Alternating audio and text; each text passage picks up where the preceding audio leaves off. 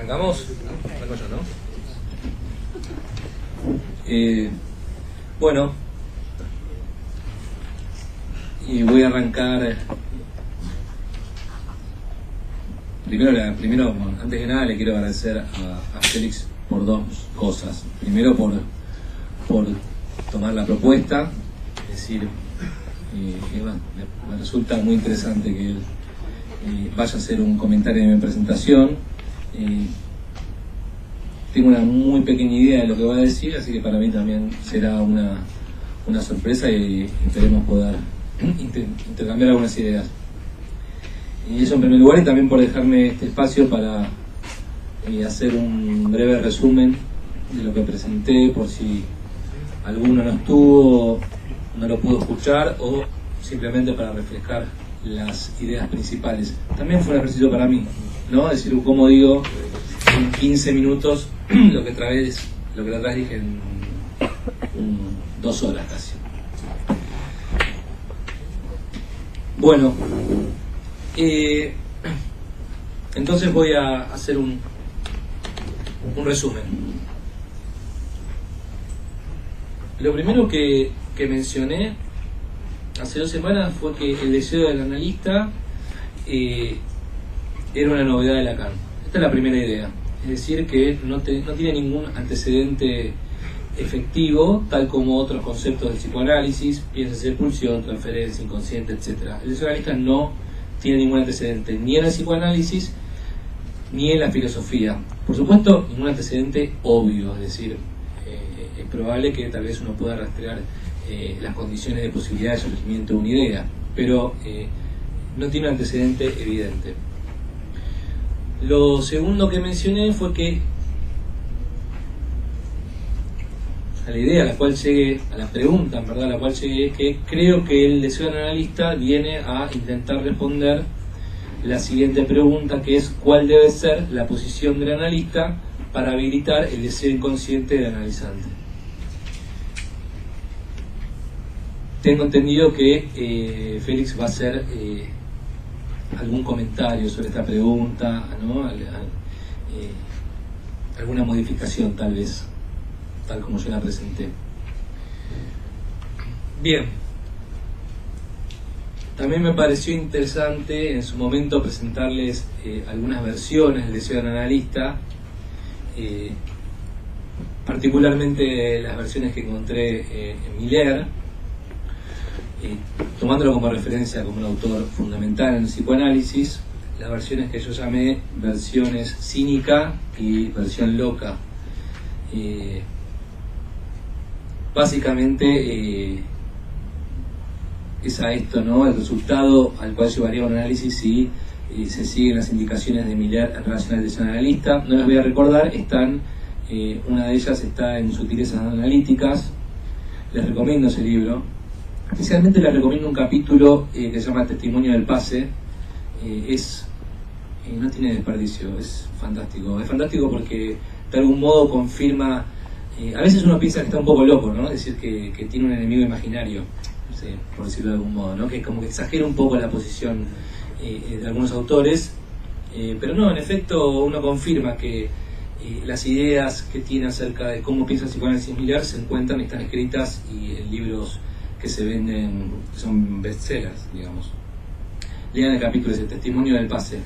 Les cuento brevemente, Miller invita a un tipo a relatar un testimonio del pase y era analizante de él. Pasan unas cosas increíbles durante el relato, increíbles, De hecho, no me puedo aguantar. De hecho, perdónenme. De hecho, el tipo cuenta 2 intervenciones del análisis. La primera fue con un analista anterior y la segunda con Miller. 2 intervenciones que fueron como lo que produjeron las grandes subversiones de su posición subjetiva, digamos, ¿no? La primera es que el tipo se para, termina la sesión, se levanta del diván y el psicoanalista le dice: ¿y eso que usted tiene ahí qué es? ¿No? Y le señala una especie de protuberancia, una especie de grano, no sé qué era, en la cara. Entonces dice: bueno, no sé, es un grano. Entonces el analista le dice: vaya a un médico ya mismo. Esa es la primera intervención. Ustedes, claro, se quedan mirando diciendo: ¿y eso qué significa? no se entiende muy bien qué significa, pero él habla de lo real, del desierto de lo real, no lo real vinculado al cuerpo, etcétera, una cosa delirante. Pero la mejor es la de Miller, la viene después, se analiza con Miller y un día también termina la sesión, se sienta en el diván y Miller lo mira y le dice: usted goza demasiado de sus fantasmas. Esa es la intervención de Miller. Y entonces el muchacho este dice que estuvo angustiado 2 años luego de esa intervención, a lo que Miller le dice: pero ¿cómo que estuvo angustiado 2 años? Le dice: usted no me había dicho nada, se lo juro, está todo ahí, usted no me dijo nada. Y dice: bueno, no, y el tipo dice: bueno, estaba angustiado pero podía seguir trabajando. Bueno, es fantástico. Estas son las versiones, la cínica y la loca. Una que se dirigía entonces para decirlo resumidamente, al sinsentido, es decir, a poder tocar el desierto de lo real, descubrir que todo es semblante, todo es fantasma, etcétera. Y luego la versión loca que apuntaba a descubrir el verdadero ser. No sé si recuerdan eso que les leía la vez pasada. Que uno puede recién hacer el pase cuando descubre que no forma parte de ningún tipo de conjunto, no forma parte de ningún tipo de categoría. Que cuando exactamente, cuando uno encuentra su singularidad. Una versión claramente romántica del psicoanálisis. Después dije algo bastante polémico que todavía lo estoy pensando, en verdad, que es prácticamente algo intuitivo, que el lesionalista es algo así como un catalizador conceptual. Dije así porque, lo mencioné así porque leyendo otros autores, como Foucault, como Freud, uno encuentra que las nociones de Lacan tienen como se presentan de otro modo, ¿no? Se argumentan de otro modo. Por ejemplo, el lesionalista no tiene ningún texto determinado que trabaje sobre el tema. Y se presenta como en contextos muy diferentes. Entonces yo decía un catalizador conceptual porque creo que ubicando esa noción, digamos, en una red de otras ideas, produce transformaciones en las otras ideas. Es decir, creo que es la idea misma de estructura, en verdad, como introduciendo un término covaría el resto de los términos. Pero en Lacan esto es muy notorio como introduce el lesionalista a trabajar en relación a la neutralidad y se produce un movimiento en relación a la transferencia, en relación al amor, en relación a la interpretación. Es decir, el lesionalista un poco que deconstruye un montón de nociones freudianas. Bueno, y después traje las ideas principales que yo encontré en relación al lesionalista. La primera era en relación a la neutralidad, justamente. Y mi objetivo fue mostrarles que el deseo del analista viene a decir que no hay posición neutral en el análisis. Es decir, es una crítica a la neutralidad freudiana. Esta idea la trabajó bastante Alfredo. Recuerda que la neutralidad en Freud refiere a un precepto técnico que dice básicamente que el analista debe despojarse de todo índice de subjetividad. Esta es la idea principal. Que en principio parecía bastante sencillo, en la medida que Freud dice: bueno, no hay que decirle al paciente cómo tiene que pensar moralmente, qué ideas tiene que tener, en fin, no hay que dirigir al paciente, no hay que dirigir su vida. Pero también les mencionaba, citando a algunos autores, que esta idea de despejar cualquier indicio de subjetividad analista había llevado a cuestiones francamente absurdas y ridículas, como por ejemplo Horacio Echegóyen diciendo que él no ponía un cuadro de Mozart en el consultorio por si había un paciente que le gustaba Beethoven. Entonces podía llegar a complicarse el análisis. Eso está escrito, digamos. No solamente eso, sino también un tema quizás más delicado, no tan cómico, que tiene que ver con esta posición bastante antipática y lacónica de los analistas. Es decir, los analistas que no hablan, no sonríen, no dicen nada, ¿no? Que están ahí sentados con cara de póker. Y que tiene como un tufillo a hacer un mala onda para ser neutral, digamos, ¿no? Ser neutral.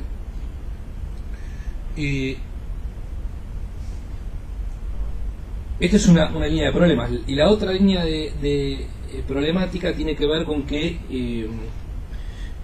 les había mencionado desde una perspectiva lacaniana que nadie en posición neutral podía dar lugar al surgimiento del inconsciente. Yo entiendo así la fórmula que dice que el inconsciente no tiene estatuto óntico sino estatuto ético. Es decir, entiendo entonces que para que exista algo como el inconsciente tiene que haber alguien que tenga esa hipótesis, básicamente, es decir, y que se posicione de determinado modo que ponga a prueba esa hipótesis.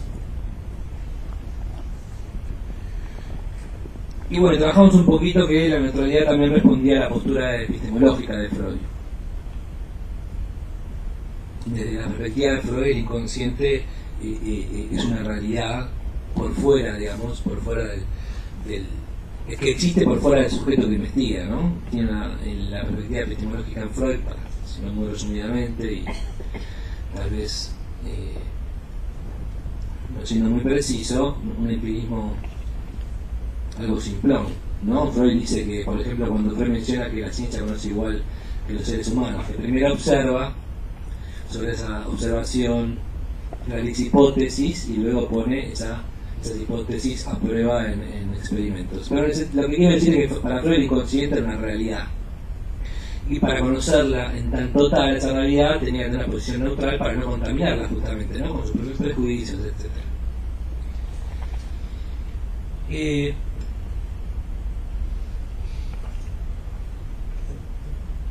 Bueno, en cambio, entonces, para Lacan se requiere de una acción por parte del analista. Es necesario, digamos, hacer una pregunta para hacer surgir el sujeto. Y tomé la cita del seminario 11, donde Lacan habla de alquimia, capítulo 1 del seminario 11, donde habla de la alquimia, de la pureza del alquimista, y se pregunta sobre si puede definirse una ciencia a partir de una praxis, para tomar la idea Foucaultiana de que el analista debe realizar una transformación de su posición ética, es decir, una transformación del sí mismo, para evitar el deseo del inconsciente. Y justamente esta es la idea que le propone Foucault a los psicoanalistas en la hermenéutica del sujeto, ¿no? Dice, esto me parece que este es el punto donde el psicoanálisis se diferencia de los otros ámbitos del conocimiento, porque es el único que plantea que para que surja una verdad tiene que haber un cambio en el sí mismo. Sí, la analista también es analizante. Por lo pronto, cuando digo cambio de sí mismo, al menos podríamos pensar en que el psicoanálisis no es una conversación, para decirlo así, no es una conversación común y corriente, es decir, es un diálogo donde al menos hay que correrse de la dimensión imaginaria, narcisística, ¿no? Es decir, hay que correrse del modo en que uno habla diariamente.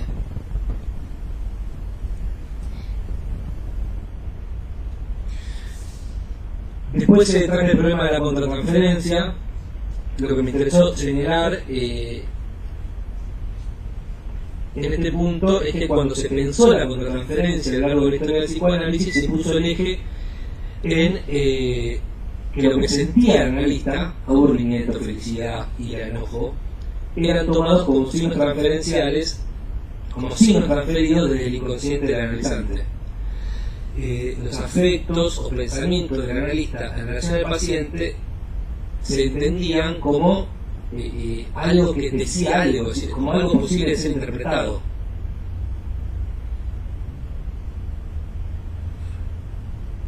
Yo me aburro con un paciente e interpreto que ese aburrimiento me lo transfirió el paciente, por lo cual se lo puedo interpretar a él. No importa si como obstáculo, bueno, hay que analizarse, ¿no? Hay que quitarse todos esos pensamientos de encima, porque obstaculiza el análisis en el sentido de tener el inconsciente purificado para poder escuchar con mi consciente. Y como herramienta, entonces interpretada a partir de ahí.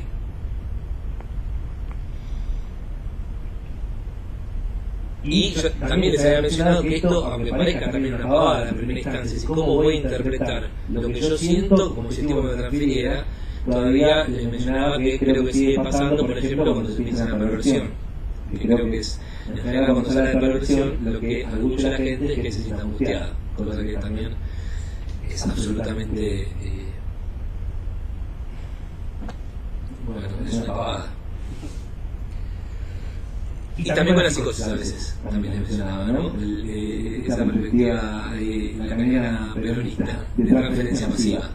La transferencia masiva. Siento la transferencia masiva, es una psicosis.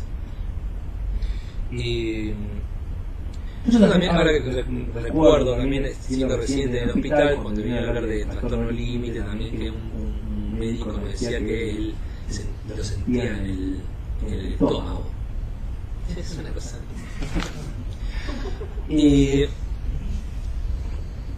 Entonces, siempre la contratransferencia tuvo como esa direccionalidad. Es decir, y esto es loco, que nunca se pensó cómo lo que el paciente le transfería al paciente, al analista, cómo lo que el paciente le transfería al analista, no podía ser respuesta del inconsciente del analista, le transfería al paciente, algo que es una pregunta creo que bastante evidente.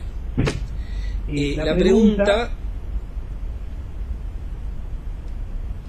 que hay que hacerse para mí es, no puede ser que el síntoma del paciente responda a la contrarreferencia, o para decirlo de otro modo, no puede ser que el síntoma del analizante responda al deseo del analista. Y traje esta pregunta en relación a el caso Breuer y Anao, que acá trabajan varias oportunidades, donde Lacan menciona que el embarazo psicológico de Anao es una respuesta sintomática a la interpretación del deseo que ella hace del deseo de Breuer. Es decir, Berta, Ana, interpreta a Breuer a través de un síntoma.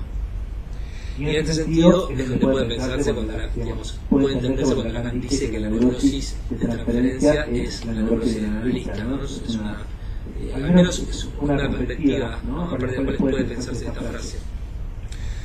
Entonces lo fundamental, creo, en lo que respecta al deseo del analista en este punto, es lo que el analista podría suscitar en el inconsciente del analizante con su deseo. Y con esto quiero decir con aquello que cae en el intervalo de lo que dice, es decir, lo que se manifiesta más allá de sus dichos. Porque, tomando el ejemplo de Breuer, repito, no es que Breuer le haya dicho que amaba a un colectivo, pero Breuer en efecto la amaba. Si ustedes tienen estudios de subjetividad y en el caso de Ana Nao se van a dar cuenta, es impresionante.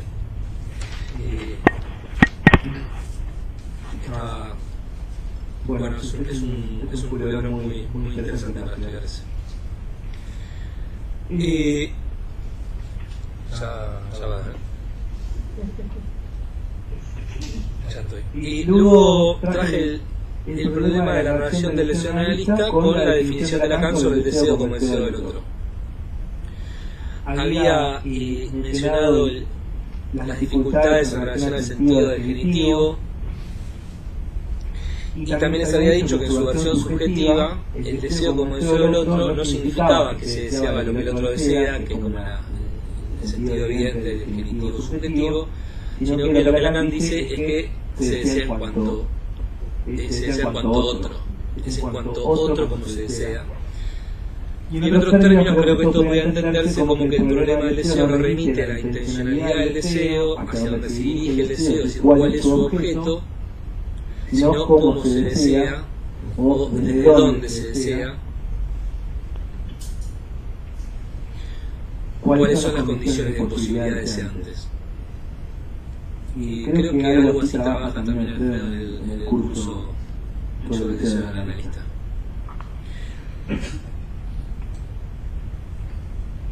Bueno, y en este sentido Lacan dice que el analista no debe ocupar el lugar del objeto del deseo del analizante, ni tampoco debe ser quien indique cuál es ese objeto, sino que debe prestarse una función deseante ocupando un lugar vacío. Dice que el analista debe encarnar el soporte de un deseo velado, ¿no? Encarnar el que voy. Y si el analizante solicita que se le diga quién es para el deseo del otro, la pregunta ¿qué soy? O ¿qué deseo? Si el analizante llega a un análisis preguntando al analista ¿qué es lo que yo deseo? Dígame quién soy, dígame qué deseo. El analista le restituye la pregunta por la causa. Al menos entiendo así la referencia al significante fálico en el seminario 8. La raíz de la causa, dice Lacan ahí. Y creo que es en este sentido en el que puede entenderse que el analizante ama al analista, es decir, que le supone un saber en relación al propio deseo. Y al suponerle un saber en relación al deseo, se ofrece como objeto amable para el analista, ¿no? Es decir, yo decía que esto no significa que el analizante quiera ganarle al analista, quiera ganarle bien necesariamente, sino que entiende que lo que él interpreta que el analista dice que es su deseo es lo que él tiene que hacer, digamos, de algún modo, ¿no? ¿Qué es lo que deseo? Yo voy a cumplir, voy a ocupar ese lugar. O sea, pretende ocupar el lugar que interpreta es su deseo, según el deseo del analista. Y ahí traje la anécdota de Alfredo, también una anécdota de Alfredo, que es la de los dos amigos que se encuentran, y uno le dice al otro, me separé. Entonces el otro amigo le dice, al fin te separaste de esa bruja, esa mujer insoportable, etcétera, etcétera, y el amigo le dice, no, me separé de tu socio. Esta anécdota me parece muy interesante porque justamente se produce, digamos, de algún modo, por supuesto el tipo comprende, podríamos decir, ¿no? El amigo comprende. Pero comprender no solamente comprende, sino además que, podemos decir así, revela su deseo. Es decir, uno podría decir, imagínense que el amigo no sea el analista, ¿no? Entonces uno va al analista y dice, me separé, al fin se separó de esa bruja. Si uno es un poco obsesivo, la semana siguiente se separa. En la medida que, bueno, este tipo evidentemente entiende que yo me tengo que separar. Algo debe saber. Bueno, y en relación a ocupar este lugar vacío, también había traído la cita de Lacan, donde decía que el analizante encuentra el deseo del otro en los intervalos del discurso, más allá de los efectos de sentido, ¿no? Dice Lacan. Es decir, en eso que se dice, más allá de lo que se dice, podríamos decir. Y las indicaciones técnicas para ocupar ese lugar, al menos dos ubicables de un modo muy sencillo, son el no comprender, un clásico de Lacan, no comprender, que tal vez habría que matizar un poquito, pero no importa, y no responder a la demanda también.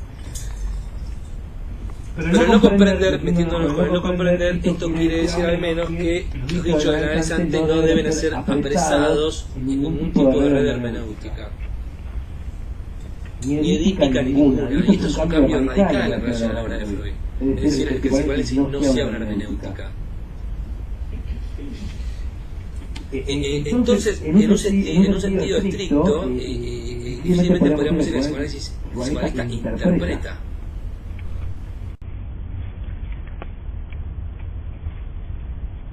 Y si interpreta, lo hace por la propia lógica del texto. Habría que revisar el concepto de interpretación. Para mí es bastante problemático. Pero lo que sí se puede decir es que si no hay ningún tipo de maquinaria hermenéutica, tal como la edípica en Freud, que me parece que el lugar más evidente donde se encuentra la maquinaria edípica en Freud es en los casos. Es decir, en Dora, el hombre de las ratas, Schroeder. Ahí las interpretaciones de Freud son francamente edípicas, interpreta todo de ahí. Si no se trata de una hermenéutica, por lo tanto el texto pierde la profundidad. El texto no tiene profundidad, pierde su sentido oculto, pierde su intencionalidad secreta y pasa a ser, poniéndome un poco Foucaultiano, superficialidad diseminada, podríamos decir. Es decir, que el texto, digamos así, no se descifra, sino que se desenreda. No se atraviesa, sino que se recorre. En el texto está lo que se dice y lo que se dice sin decir. Es decir, lo que se dice más allá de lo que se dice más allá de lo que efectivamente dice. Finalmente, entonces, si el leccionarista tiene que ver, porque lo digo esto en función de lo que imagino que Félix va a decir, si el leccionarista tiene que ver con la persona del analista, si tiene que ver con la persona del analista, no es por ningún tipo de atributo que deba tener la persona que ocupa ese lugar, tampoco me parece que tiene que ver con un rol, sino, y para resumirlo, era una fórmula, el esta tiene que ver con la puesta en acto de una hipótesis. Es la puesta en acto de la hipótesis que permite que exista algo así como el deseo inconsciente. Y para terminar, y ahora sí, que me había faltado traer, que me parece un modo muy gráfico y muy lindo que tiene Lacan de trabajar el deseo analista, es a partir de la fábula del restaurante chino. No sé si la recuerdan. La vecindaria 11. Está buena. Dice así: lo que dice Lacan es que emprender un análisis sería como entrar por primera vez a un restaurante chino. Entonces, en primer lugar, lo que hace, se pide el menú. Se pide el menú, que dice Lacan que está hecho de significantes, o sea que todo lo que se hace es hablar, pero tal como en un menú de restaurante chino, los significantes, el menú, digamos, tienen un carácter enigmático. Se desconoce su significado. Requieren, por lo tanto, un intérprete, ¿no? Ustedes llegan y encuentran, no sé, arrollado primavera, pasta imperial, chau fan, pero no tienen la menor idea qué es. Entonces agarran a la dueña del restaurante y le digan, tradúzcame, ¿no? ¿Qué significa esto? Tradúzcame. Bueno, ¿qué es esto acá? Arrollado primavera. ¿Y esto qué es? Chau fan. ¿Y esto? Pasta imperial. Bueno, pero claro, como fuimos por primera vez, como nunca habíamos ido antes, tampoco sabemos qué significa eso. Esa es la traducción, no nos dice nada. Por lo cual se le solicita a la dueña, dice Lacan, que nos recomiende un plato, que nos aconseje. En definitiva, se le pregunta a la dueña: ¿puede decirme lo que deseo?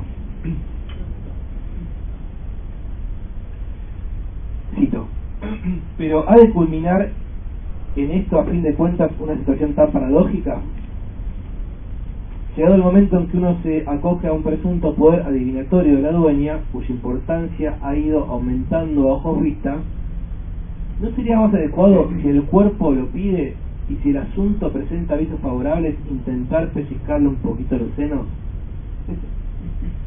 Porque uno no va al restaurante chino tan solo porque quiera comer, sino porque quiere comer en la dimensión de lo exótico. Pues bien, por paradójico y hasta desenfadado que les parezca, este pequeño apólogo da cuenta exactamente de lo que ocurre en la realidad del análisis. No basta con que el analista sirva de soporte a la función de adivinador, hablando de Tiresias, también es preciso, como dice, bueno, hacerle efecto que tenga tetas. Quiero decir que la maniobra y la operación de la transferencia han de regularse de manera que se mantenga la distancia entre el punto donde el sujeto se ve a sí mismo amable. A esto me refería yo cuando decía que el analizante ama al analista y por lo tanto se ubica en un lugar de posición de ser ¿no? posible de ser amado por el analista, y es otro punto donde el sujeto se ve causado como falta por el objeto A. Esta es la famosa cita en reacción del analista de mantener la distancia entre I y A. Entonces, mantener la distancia entre el punto donde el sujeto se ve a sí mismo amable y ese otro punto donde el sujeto se ve causado como falta por el objeto A, y donde el objeto A viene a tapar la distancia que constituye la división inaugural del sujeto.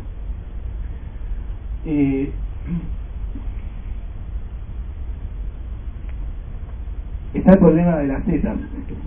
Está el problema de las tetas porque, por supuesto que rápidamente uno puede decir, la primera parte de la fábula está clara, ¿no? Me parece que es muy gráfica. Uno llega, tiene una serie de significantes, el menú, digamos, que en principio tiene un carácter enigmático.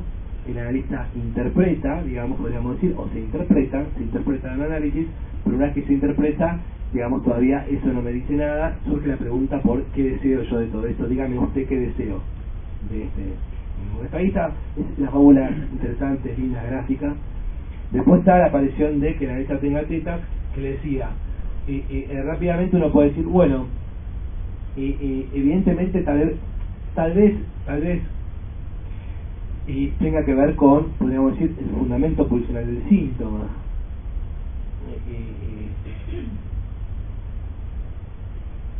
¿Qué significa que la analista se ofrezca, digamos, como objeto parcial? Una posible respuesta, entonces, es que al encarnar la pregunta por el deseo del otro, al dirigirse hacia la causa, el analista no solo busca digamos, la falta constitutiva del deseo y el deseo en tanto causa, sino que, digamos, revela la fijación presente en un síntoma, la fijación pulsional de la realidad.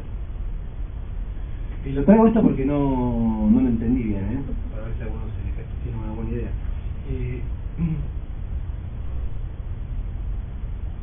Creo que responde entonces a la pregunta por deseo inconsciente y por otro lado los vínculos entre el deseo y la perspectiva pulsional del síntoma. Entonces, ahora sí, termino. Si el mecanismo fundamental de la operación analítica, cito, es una cita, vehiculizado por el deseo del analista es mantener la distancia entre I, el ideal, y A, se debe a las siguientes razones. Anoté 3. Y la primera es porque el analista debe correrse del lugar del ideal en que lo ubica el sujeto para ofrecerse como objeto digno de amor y, dice Lacan, hacer semblante de A, causa del deseo, lugar vacío que habilita la pregunta por las condiciones deseantes, por el lugar desde donde se desea. En segundo lugar, porque el analista entonces no se ubica como objeto del deseo, ni indica cuál es ese objeto, sino que permite el surgimiento de la pregunta por la causa. Como les decía antes, entonces, no dice hacia dónde se debe ir, sino que se interroga por cómo se desea. Y en tercer lugar, porque es la posición ética que habilita la función del entre, que es el único lugar posible para el surgimiento del inconsciente, la pulsión, el deseo, entendidos como discurso del otro, demanda del otro y deseo del otro.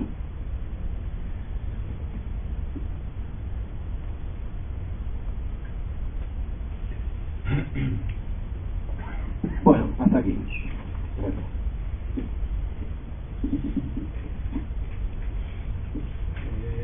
Listo. En verdad los voy a decepcionar a todos porque yo no vengo ni a pelear ni a refutar a Bruno. Me parece que lo que dijo estuvo buenísimo. Yo venía preparado. Habíamos salido los guantes, habíamos hecho apuestas ya. Hay que... Me parece que más lo que voy a hacer no es como un, no sé, un duelo, como saben que hacen los raperos a veces, que uno dice uno y después el otro dice otra cosa. No se trata de eso, sino que voy a hacer un remix a lo Daddy Yankee, digamos. Lo veo como una manera de quizás apoyarlo a él y quizás hacer su propuesta un poquito más coherente en una incoherencia que yo encuentro ahí o algo que yo no logro resolver, y por otro lado apoyarme en él porque yo tengo el problema de que me gusta mucho la matemática y muchas veces las cosas que digo terminan pareciendo muy matemáticas y no, como si no tuvieran nada que ver con la clínica, mientras que Bruno tiene como todo lo opuesto, digamos. A él se ve muy claramente que está hablando de la clínica y es divertido escucharlo, cosa que conmigo no pasa demasiado. Yo me voy a apoyar en todo esto que desarrolló Bruno para yo poder decir mis pequeñas locuras y delirios. Voy a aclarar de una vez que mi presentación no va a ser sobre Lacan, mi presentación va a ser sobre lo que dijo Bruno, y yo en verdad no he estudiado mucho el tema del deseo del analista en Lacan. Entonces me voy a apoyar en Bruno. Sin embargo, traje unas citas de Lacan para que los matemáticos no me digan nada para Lacan. Básicamente el problema que yo tengo con el planteamiento que hizo Bruno es que me parece que aún ahí hay como cierto problema del individualismo, cierto tufo del individualismo. Me parece que básicamente la propuesta que voy a hacer es reescribir su pregunta, como ya se lo había propuesto la otra vez.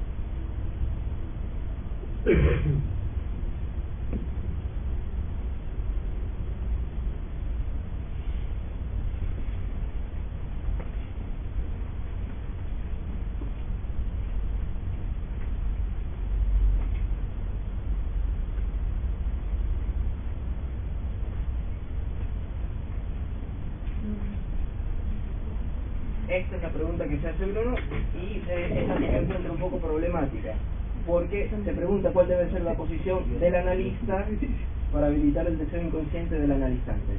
Entonces ahí tenemos los individuos, analista y analizante. La solución que yo propongo es esta.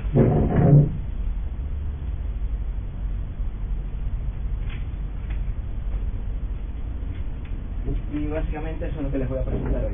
Es decir, la posición que habilita el deseo inconsciente es la posición del analista y el deseo inconsciente es del analizante. Y no tiene que ver con individuos, ni analista ni analizante. Por eso es un remix, lo único que hice fue añadir varios.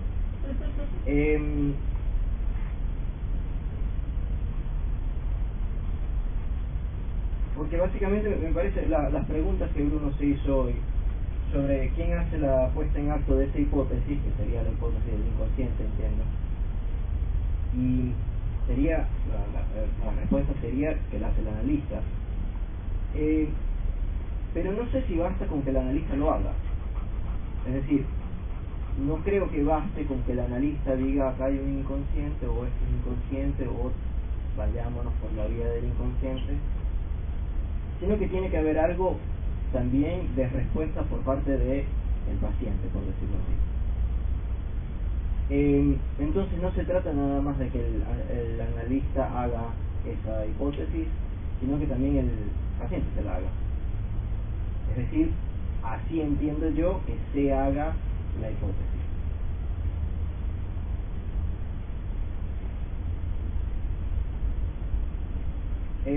Yo había puesto un pequeño esquema que voy a modificar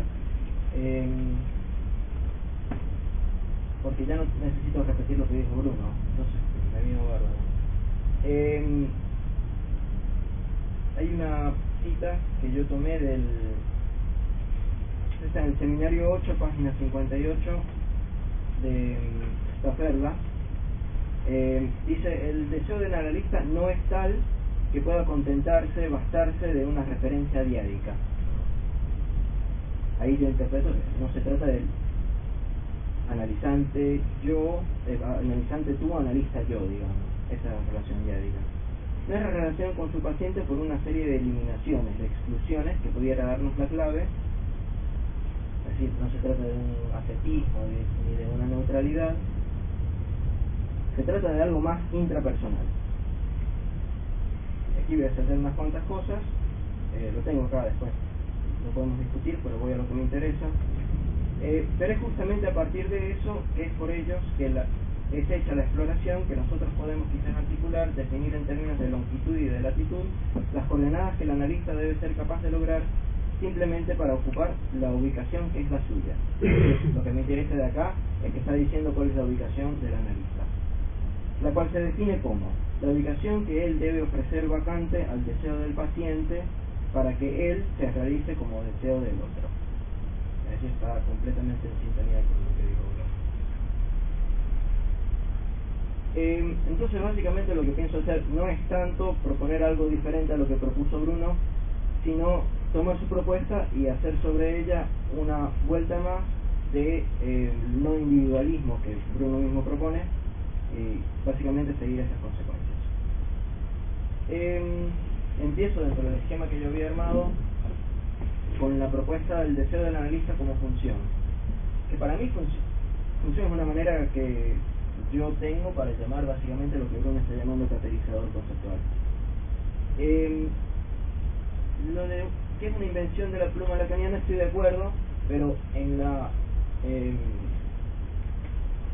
medida que logra abstraer las otras veces que eso ha sucedido. Me parece que esto es una maniobra que Lacan tiene muchas veces, que se ve, bueno, cuál es la relación entre el analista y el inconsciente en Freud, en Melanie Klein, en Anna Freud, en Winnicott, etc. Abstrae y dice, bueno, se trata de esto. Por eso estoy en desacuerdo un poco con Bruno, que por cierto es genial. No sé si ustedes han leído algunos textos de Bruno. Bruno define cosas. Eso ya es como ponerle 2 puntos más de una vez, porque uno puede estar en desacuerdo con eso.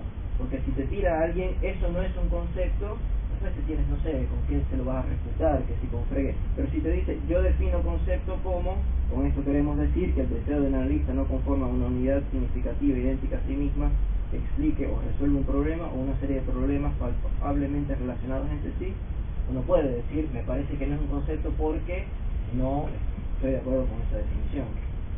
Bueno, me parece que justamente busca, sobre todo, explicar una serie de problemas palpablemente relacionados entre sí. Y básicamente lo que voy a plantear es que se trata de qué es un analista y qué es el inconsciente y cómo se relacionan las dos cosas. Ahí me parece que justamente entra esto que escribí acá y que Bruno trabaja con el caso de Freud. ¿Sí? No voy a detenerme mucho en esto porque lo volví a plantear hoy, que es que básicamente él plantea que la concepción del inconsciente de Freud viene por pensar en el analista, o sea, la concepción del analista como neutral u objetivo viene de la concepción de inconsciente como un inconsciente individual de una realidad objetiva a la cual puede acceder el analista en función de que él mismo esté despojado de sus propios prejuicios, digamos. Hay una imagen, un meme, no sé si han visto, de Scooby-Doo, todo Fred y Wilma y todos ellos. ¿Ustedes se acuerdan que? No sé si se acuerdan, yo vi Scooby-Doo. Yo me acuerdo que en Scooby-Doo, cuando agarraban a un villano, muchas veces le quitaban la máscara y revelaban quién verdaderamente era el villano.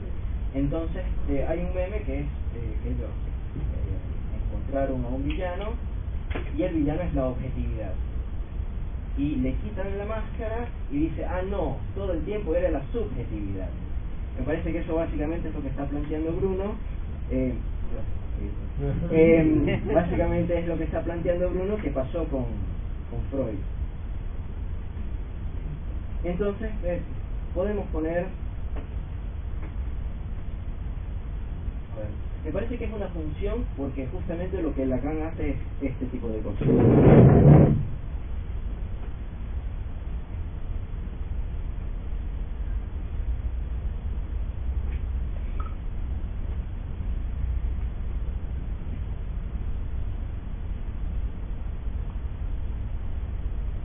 Hace una relación entre los analistas y los inconscientes, ¿sí?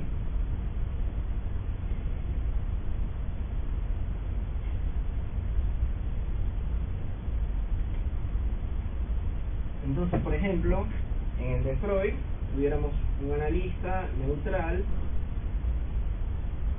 objetivo,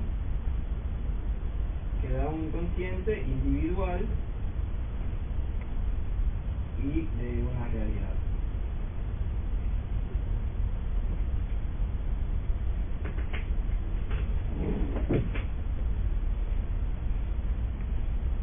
Entonces Lacan se dice, bueno, tenemos este problema, que es cómo relacionar analista con inconsciente. Es decir, tenemos el caso de Freud, que ya planteó que para tener el inconsciente individual y de una realidad objetiva, necesitamos ser neutrales y objetivos.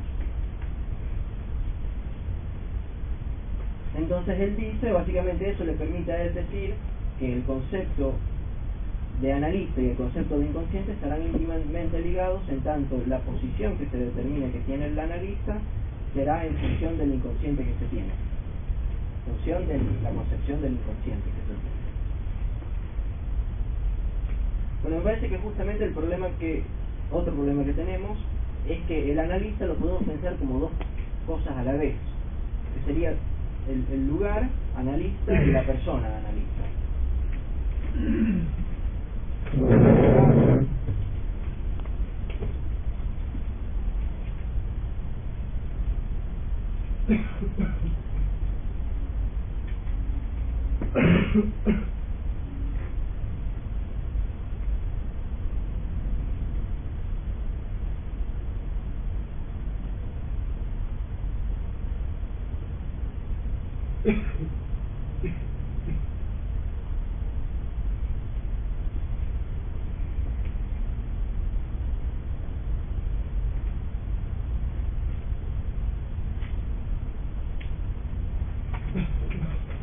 Esto lo voy a ir ampliando, pero quiero ir marcando como dos columnas diferentes, donde habría dos concepciones de analista y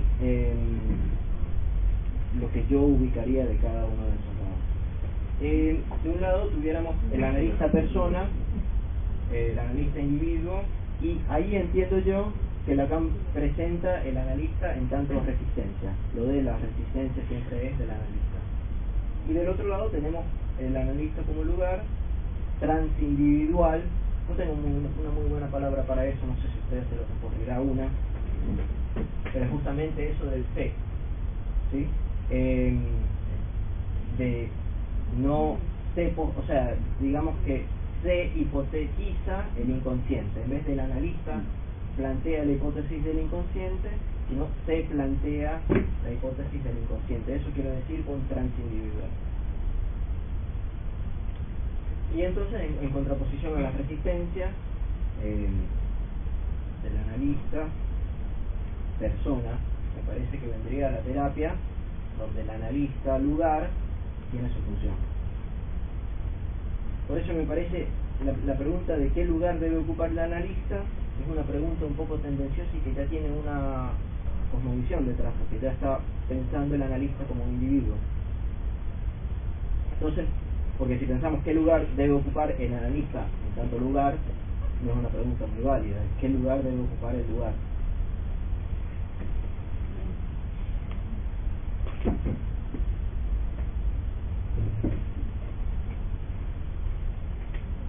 Y hay otra cosa, a ver, las funciones, para pensar una función muy básica, podríamos pensar la función cuando tenemos, es como una maquinita chiquita, donde entra algo y sale otra cosa procesada, digamos.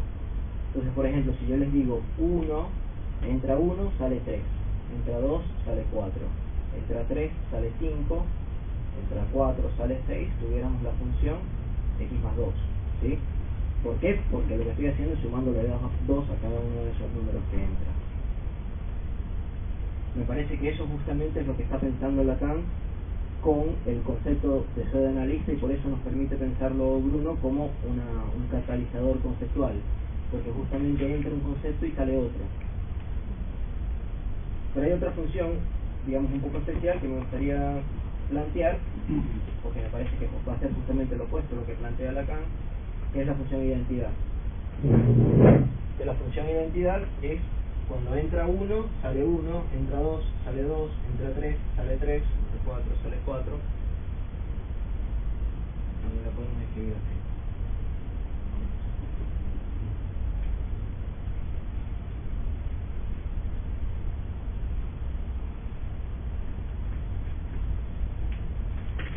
Acá tiene todo un desarrollo sobre eso, no es lo que me interesa ahorita, igual es lo que vamos a desmontar, así que no se asusten. El próximo título había puesto la neutralidad como deseo del analista freudiano, el vacío en tiempos de individualidad, pero es básicamente eso, lo que había planteado Bruno, que se lo planteó ahorita, esto de la neutralidad y la objetividad. Pensar un analista así te da un inconsciente individual y de realidad objetiva y viceversa.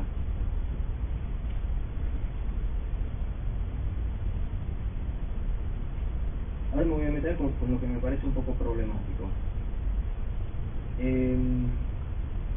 Hay un problema con el individualismo, que es evidente que hay individuos, digamos. Lo que no es evidente es que haya algo más de eso. Y me parece que justamente todo el tema de la transferencia se juega en esos términos. Que es que el paciente piensa que se trata del analista persona.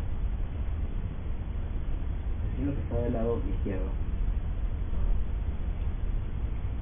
Entonces el analizante dice, en el análisis yo descubrí tal cosa sobre mí, o tal verdad. Y piensa que eso es porque el analista sabe eso, ¿sí? Entonces eso debe ser porque el analista sabe tanto de mí y de todo lo otro que... Pero me parece que lo que Lacan propone es que lo único que el analista sabe son las condiciones de descubrimiento de eso.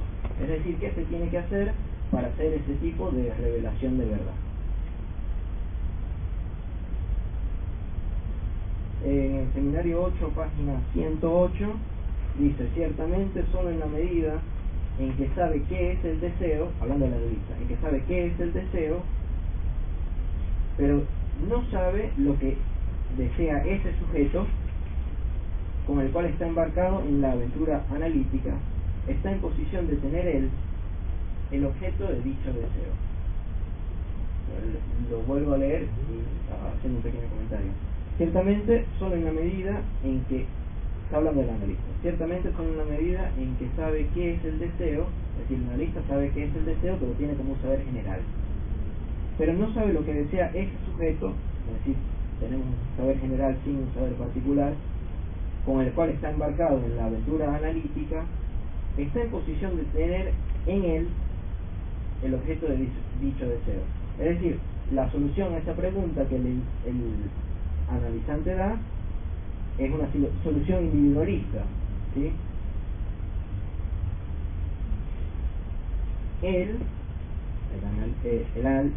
analizante piensa, el analista es el objeto de dicho deseo, o no, perdón, tiene en él el objeto de dicho deseo.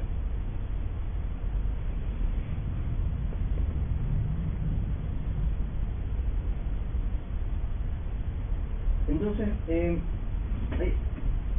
me parece que el problema entra, y también esto puede pasar porque yo no sé absolutamente nada de Foucault. Entonces tomo lo que Bruno dijo, que tanto el analista como el analizante deberían realizar una transformación sobre él mismo, sobre el sí mismo como condición necesaria para acceder al tratamiento analítico. Una cita de quitando el tratamiento analítico de su contexto. Yo leería ahí que la transformación sería deshacer el sí mismo. Esa es la transformación sobre el sí mismo que tiene que hacer tanto el analista como el analizante. Por eso cuando Martín preguntó, ¿pero quién? ¿El analista ahorita? Me parece que no, que sería que los dos tienen que hacer esa transformación. Lo digo de la manera que yo leo eso. Foucault dice: tener acceso a la verdad es tener acceso al ser mismo. Un acceso que es tal que el ser al cual se accede será al mismo tiempo y de rebote el agente de transformación de quien tiene acceso a él. Me parece que lo que conviene pensar acá es un cambio de ontología, ¿sí? Es dejar de pensar en el sí mismo, y en cuanto se deja de pensar en el sí mismo, se puede hacer un análisis.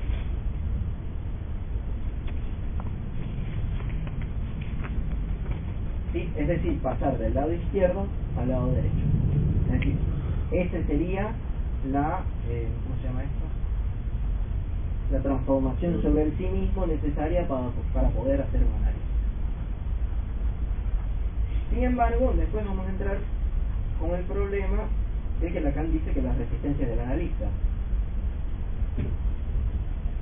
que es un derivado de la misma pregunta sobre el deseo del analista, ¿sí? Me parece que preguntarse qué tiene que hacer el analista, o sea, la respuesta a la resistencia es del analista, es cómplice de la pregunta que tiene que hacer el analista. Sin embargo, me parece que eso también se puede leer de dos maneras. Es decir, las resistencias del analista me parece que se puede leer de dos maneras. Hay una que yo llamé superyoica, que sería: tú, analista, eres culpable de que el análisis no avance. Eso sería una lectura posible. Y después habría otra, que sería individualista completamente. Habría otra que sería transindividual, digamos, que estaría del lado derecho, que es el analista en tanto concepto personal, es decir, concepto de que hay una persona y que hay un individuo, dificulta que el análisis avance.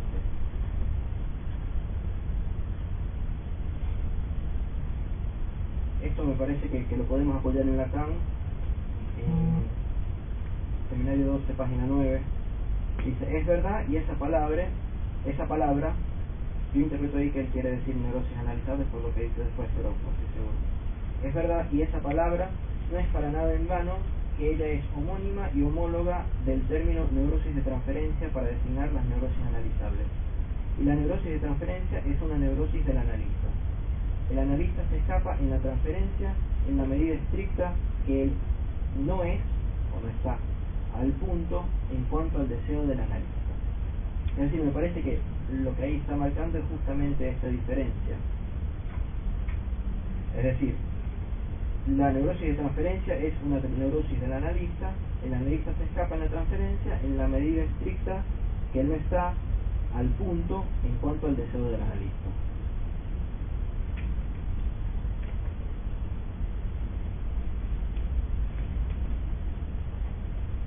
El analista no está al punto en cuanto al analista. Sí, porque me parece que lo que está planteando es que el analista, persona, no está donde debería estar el analista, lugar. Es la solución que yo tengo. No sé si ustedes tienen esas frases de Lacan que son evidentemente contradictorias, es decir, que necesitan una lectura rara o no evidente para poder resolverlas y no caer en Lacan es un chanta, que es otra opción. Eso está en el Seminario 12, página 9. Igual después les paso todo esto.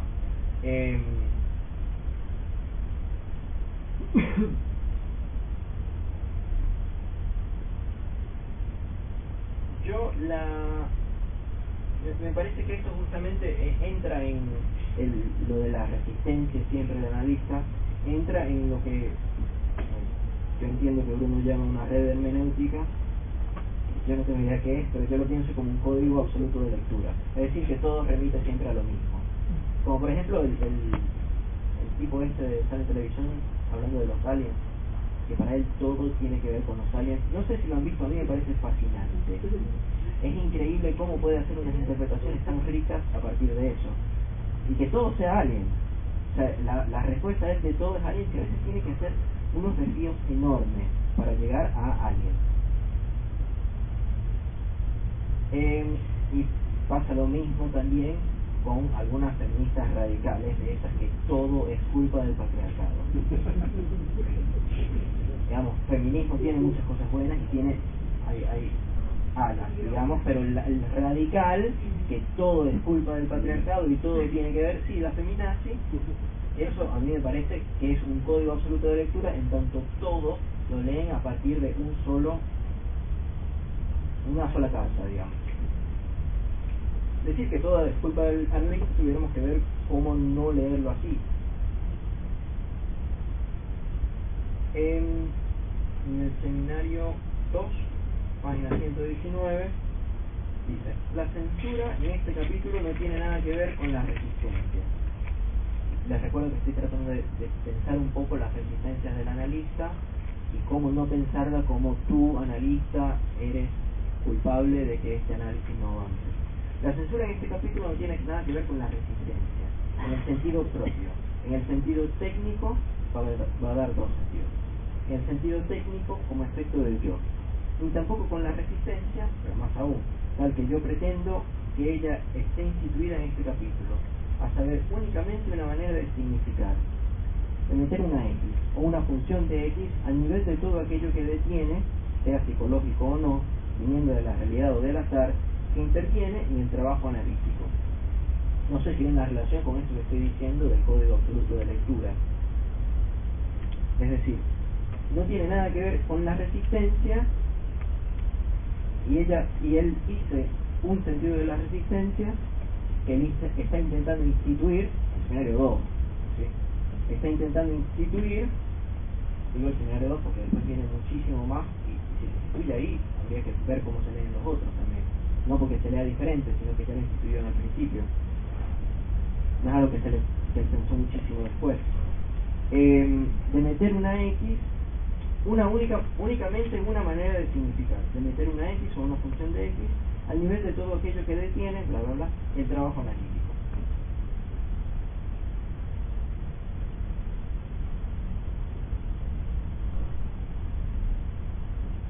Entonces me parece que pensar el analista como individuo daría justamente eso. Únicamente una manera de significar, de meter una X o una función de X a nivel de todo aquello que detiene el trabajo analítico.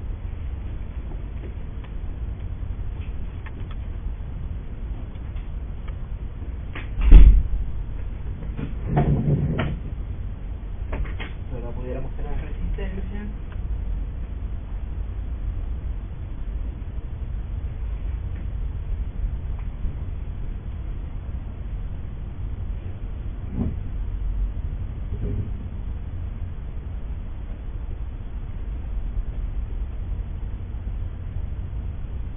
Aquello que detiene el trabajo analítico.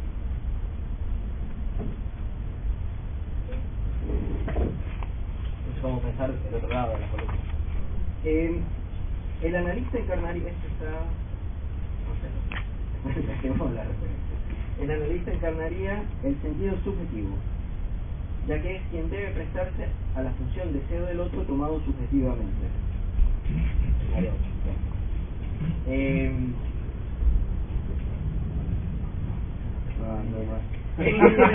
Página 234. Vayan a buscar. Tomado subjetivamente. Obvio. Es decir, es quien debe sostener el lugar del otro en tanto de siempre, para evitar que el sujeto ubique el deseo como alteridad. Es decir, frente a aquello que detiene el trabajo psicoanalítico, tendríamos sostener el lugar de otro en tanto de siempre.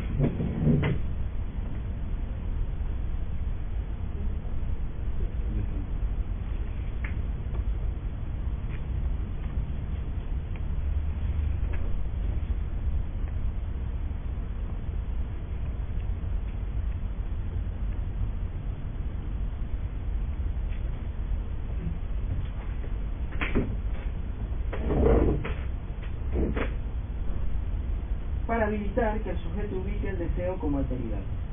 Eso es muy importante.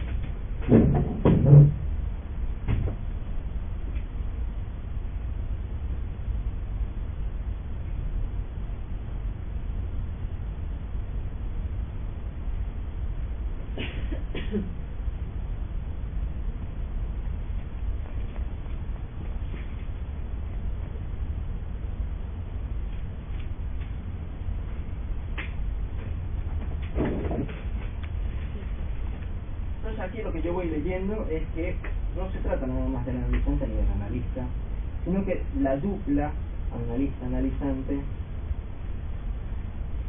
entonces se ubique, en vez del analista ubique o el analizante ubique, el deseo como alteridad. ¿Qué querría decir el deseo como alteridad? Bien, a eso voy. Pues, esa iba a ser mi transición, pero gracias por hacerla. Porque entonces esto es muy difícil de pensar, o por lo menos a mí se me hace difícil de pensar. Y me parece que acá justamente Lacan empieza con el toro para poder pensarlo. Y por eso el primer título en verdad era ¿por qué nos rompes las pelotas tanto con la matemática? Y me parece que justamente lo que ofrece es una manera de pensar las cosas de otro modo y de verificar que aquello es coherente. Coherente es una palabra que no debería estar utilizando para eso, pero no me voy a detener en coherente, etc. Entonces me parece que justamente el toro permite pensar ciertas de estas cosas.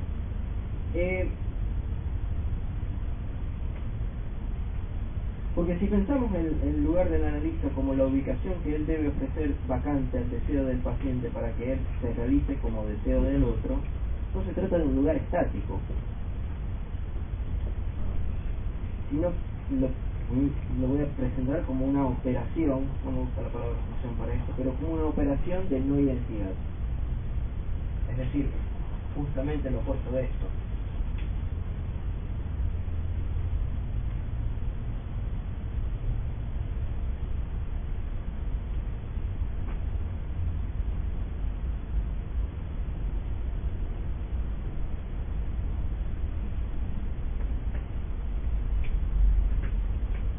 Es decir, puede ser todo menos lo que aquello mismo es. Eso me parece que lo dice Bruno, y es una manera de interpretar la atención flotante, que sería: para el deseo del analista no hay objeto que tenga más valor que otro.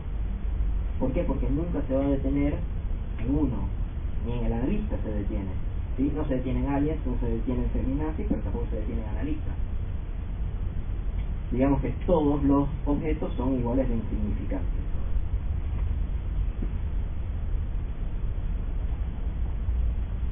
Bruno dice esto: para que el analista ocupe ese lugar vacío que permita la aparición de un más allá de los efectos del sentido, es fundamental que el analista en principio no comprenda. Esto quiere decir, ven que increíble, esto quiere decir, nos va a decir qué significa que el analista no comprende. Esto quiere decir que los dichos del analizante no deben ser apresados bajo ninguna red hermenéutica, ni siquiera la elíptica. ¿Ven? Por lo menos como lo está presentando Bruno, el no comprender no significa no estudiar o no saber algo, sino que implica: los dichos del analizante no deben ser apresados bajo ninguna red hermenéutica. Es decir, nunca se debe lograr esto, la función identidad. Ni siquiera la elíptica, pero yo diría ni siquiera la elíptica, ni siquiera la del analista.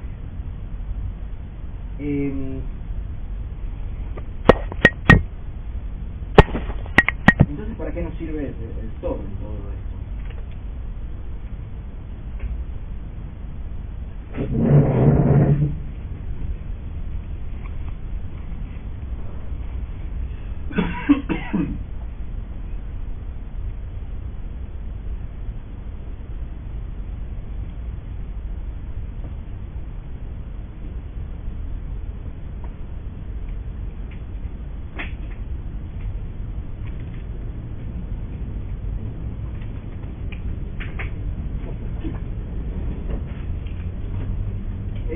Lo que voy a proponer es que la función del analista o el deseo del analista va a tener que ser eso azul que está ahí, que tiene tres cualidades. 1, direcciona los cambios. 2, encierra un vacío. Y 3, solo se encuentra al cerrar el coro. Voy parte por parte, pero lo voy a escribir primero.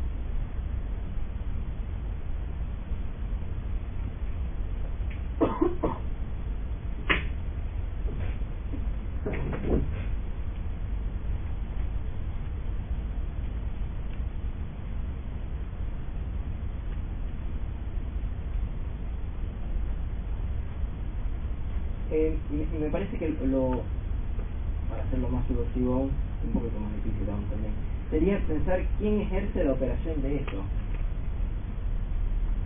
¿Sí? Esa es básicamente la pregunta que me parece que nos tenemos que hacer. En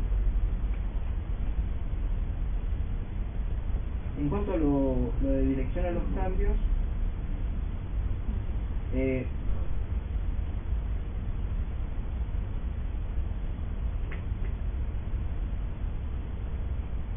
Bruno dice que se desee en cuanto a otro significa que el problema del deseo para el psicoanálisis no remite al objeto del deseo, es decir, a la pregunta por lo que se desearía, sino a las condiciones deseantes.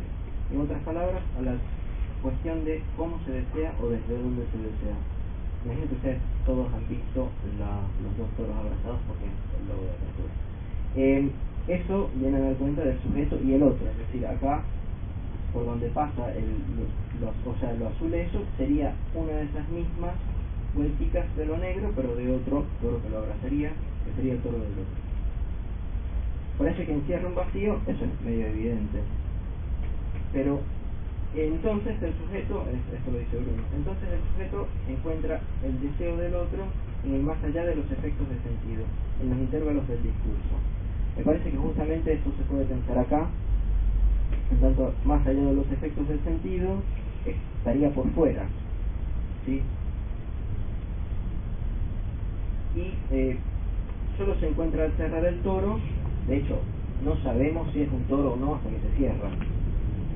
Es decir, eso de que direcciona los cambios, no sabemos hasta que efectivamente se cerró hacia dónde se están direccionando. Esto lo dice Bruno, su eficacia depende exclusivamente de mantener hasta las últimas consecuencias de este deseo.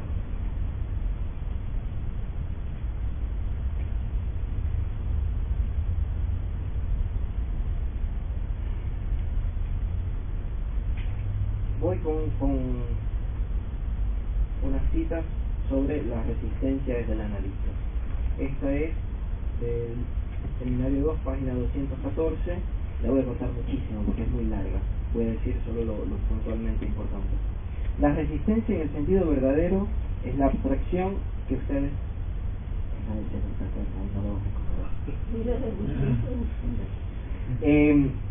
la resistencia en el sentido verdadero es la abstracción que ustedes meten ahí. Es decir, la introducción de la idea que hay un punto muerto. Y que si eso avanza, hace falta que haya una fuerza. El punto muerto me parece que lo podemos leer como esto, es decir, un punto donde ya se detienen las interpretaciones, es decir, que no se puede seguir más. Y que si eso avanza, hace falta que haya una fuerza. Que pudiéramos pensar que del lado del punto muerto, es decir, del lado de la resistencia que él formula como una abstracción que meten justamente los psicoanalistas, tuviéramos, digamos, una cierta especie de adecuación sujeto-objeto. Mientras que si eso avanza, es decir, si sigue hablando, es porque siente necesidad de seguir hablando o algo así. Un párrafo después dice, solamente hay una resistencia, aquella es la resistencia del analista. Y el analista resiste cuando él no comprende qué tiene que ver. Él no comprende qué tiene que ver o de lo que se trata, digamos, no es ver de visión. En francés es à quoi il a affaire, o sea, de lo que se trata. ¿O qué tiene que ver? Él no comprende qué tiene que ver cuando él no ve que a partir del momento donde él introduce una pura y simple abstracción, es decir, cuando él introduce una interpretación creyendo que se trata de algo objetivo, que se trata de algo simplemente de mostrar al sujeto que aquello que él desea es tal objeto sexual, y si él cree que es de eso de lo que se trata, cuando él hace el análisis, que es eso lo que opera en el análisis, bien, él se engaña. Es decir, no se trata de hacer una interpretación, que se trate de algo objetivo, que se trate simplemente de mostrar al sujeto aquello de lo que él desea es tal o tal objeto sexual. Se trata de totalmente lo opuesto. Y después dice qué es lo que hay que hacer. Él se engaña porque es él que eso está en el estado de inercia, en estado de resistencia, y que no comprende que aquello de lo que se trata no es demostrar al sujeto tal o tal objeto que sirve el objeto actual de sus deseos. Es decir, de eso no se trata de decir, se trata de esto. Es decir, no se trata de decir a alguien feminazi. ¿Cuál es la cita esa? Seminario 2, página 214.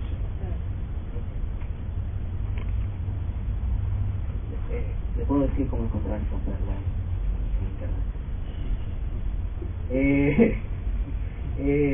Él se engaña porque él es él, que eso está en estado de inercia y en estado de resistencia, y que no comprende que aquello de lo que se trata no es demostrar al sujeto tal o tal objeto que sirve el objeto actual de sus deseos. Es decir, eso no se trata es de enseñarle a nombrar, a articular, a hacer pasar a la existencia ese deseo que es literalmente en él mismo, en tanto que deseo es o está menos lejos que la existencia. Es por eso que él insiste.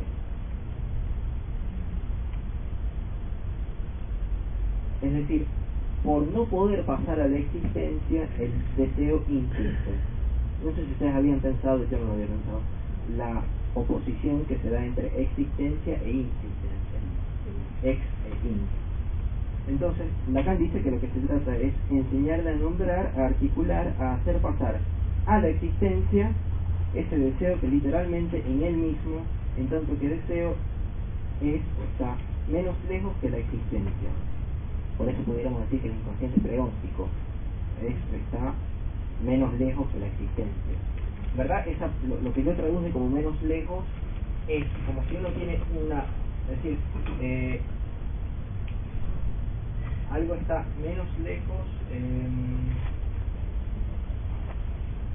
es como si uno tiene una barrera, ¿sí? O un límite, y para mí, no para ustedes, para mí la virome está menos lejos que el final de la mesa. A eso hay una palabra en francés, yo no sé si hay una palabra en castellano.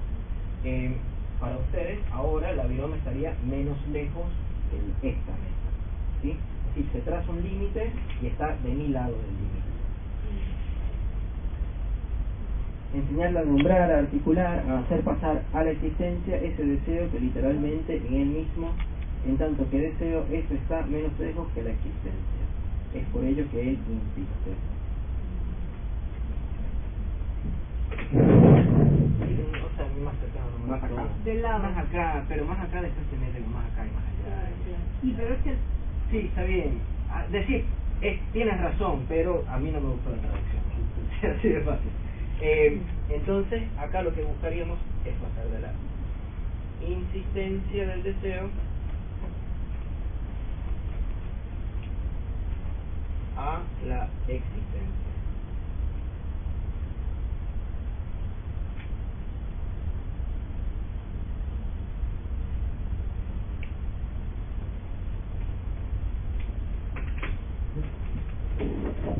Denme 5 minutos y termino, para que podamos discutir.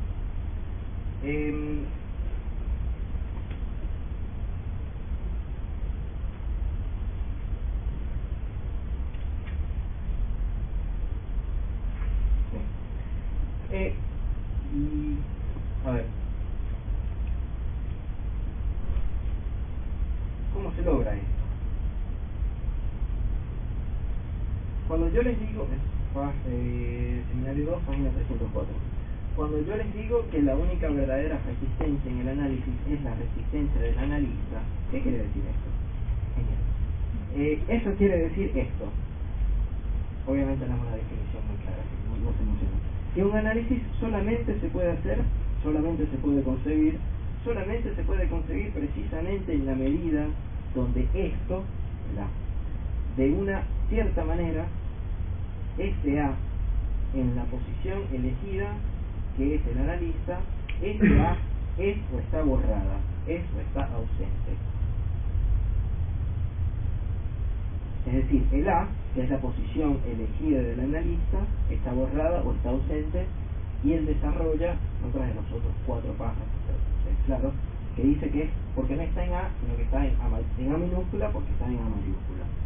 Es decir, hay un corrimiento de A especular, A individual, a A tercero.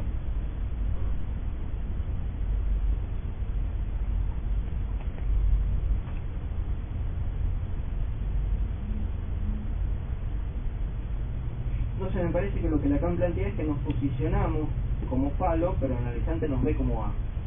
Por eso me parecía interesante todo lo que estaba planteando antes de lo interno, de cómo lo ve el paciente. Porque el paciente piensa que eso que él descubrió es porque nosotros, por ser tan genios y por ser psicoanalistas, lo sabíamos. Pero eso es porque es una solución individualista al problema de dónde vino esa verdad. Entonces no se trata de responder al pedido del significante con un no hay significante sino es responder al pedido de objeto como lo que tú pides no es idéntico a ti mismo, para mostrar que tampoco hay el significante de los significantes. Y ahí es donde yo entiendo que se cerraría el toro y nos meteríamos con un lío completo, porque es decir aquello que escapa del significante.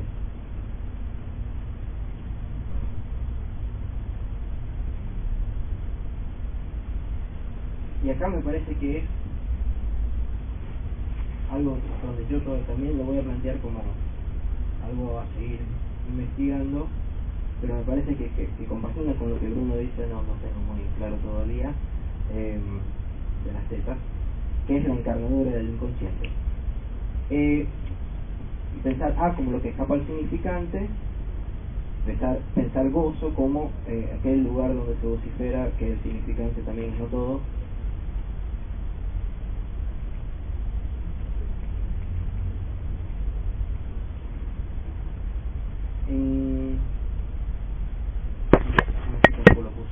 Para cumplir con la búsqueda del objetivo, a saber, el de que uno desea ese otro que viene a nuestro encuentro, es preciso que en este punto nos prestemos a la función de lo subjetivo, que podamos de alguna manera, por un tiempo, representar, no como creen, y que es risorio, confiésenlo, que simplón sería que pudiéramos serlo, el objeto al que apunta el deseo, de ningún modo, sino el significante, es decir, nosotros como analistas tenemos que representar el significante, lo cual es al mismo tiempo mucho menos, pero se piensa que tenemos que representar el A, lo cual es al mismo tiempo mucho menos, pero también mucho más. Es preciso que mantengamos vacío el lugar a donde es llamado aquel significante al que apunta el deseo, que solo puede ser anulando a todos los demás, aquel falo cuya posición, cuya condición central en nuestra experiencia trato de mostrar para ustedes. Es decir, se trata de encarnar el falo, que es el significante vacío, que anula a todos los demás, y que además, cuya condición es central en nuestra experiencia. Nosotros representamos eso. Esta es un poco más enigmática, doy otra que a mí me parece un poco más clara. Para ya terminar. Seminario 8, página 147. En nuestra función, nuestra fuerza, nuestro poder es cierto, y todas sus dificultades se resumen a esto. Hace falta saber llenar su lugar, en tanto que el sujeto debe poder ahí encontrar el significante faltante. Es decir, el lugar donde nosotros tenemos que ubicarnos es para que el sujeto pueda ubicar el significante faltante. Es decir, que esto que está azul acá es el lugar del significante faltante. Y entonces, por una antinomia, por una paradoja que es aquella de nuestra función, es el lugar mismo donde nosotros somos o estamos supuestos a ver, que nosotros somos llamados a ser, y a no ser nada más, nada otro que la presencia real, y justamente en tanto que ella es inconsciente. Al último término, yo digo al último término, seguramente al horizonte de aquello que es nuestra función en el análisis, nosotros somos y estamos ahí en tanto que está. Sa es eso ello. Sa justamente que se calla y que se calla en aquello que él falta hacer. Es decir, este circulito que tenemos ahí es el lugar de la falta del significante y el lugar de falta hacer, que solo se cierra cuando logramos darle tantas vueltas al significante que el significante muestra que hay un significante faltante, o que habría un lugar de un significante faltante, pero que en verdad lo que hay ahí es un vacío. Pero me parece que justamente eso nos permite pensar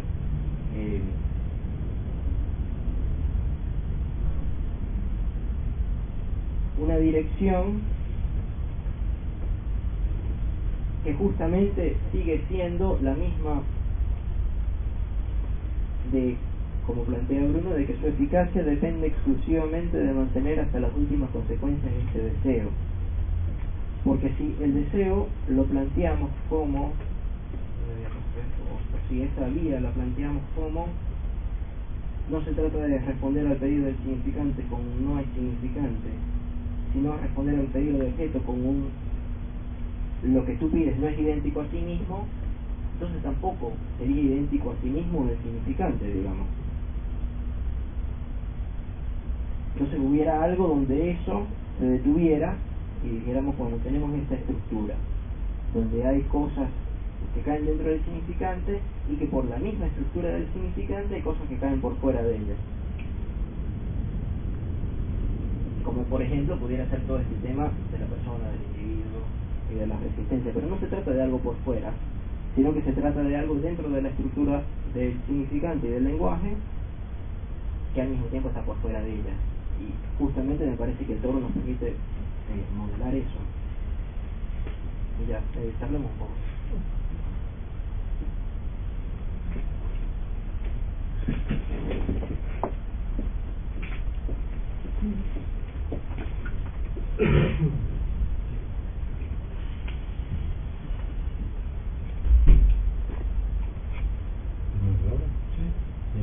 ¿Hace falta el micrófono, Julián? No, recuerdo. Mi impresión es que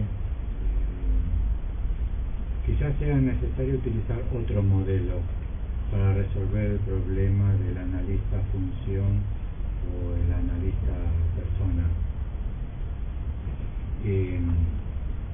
No sé si te diste cuenta, Félix, en la cita que vos leíste, seminario 2, página 214 de esta perla, se hace referencia a una física, la de la inercia, el punto muerto e imprimir una fuerza.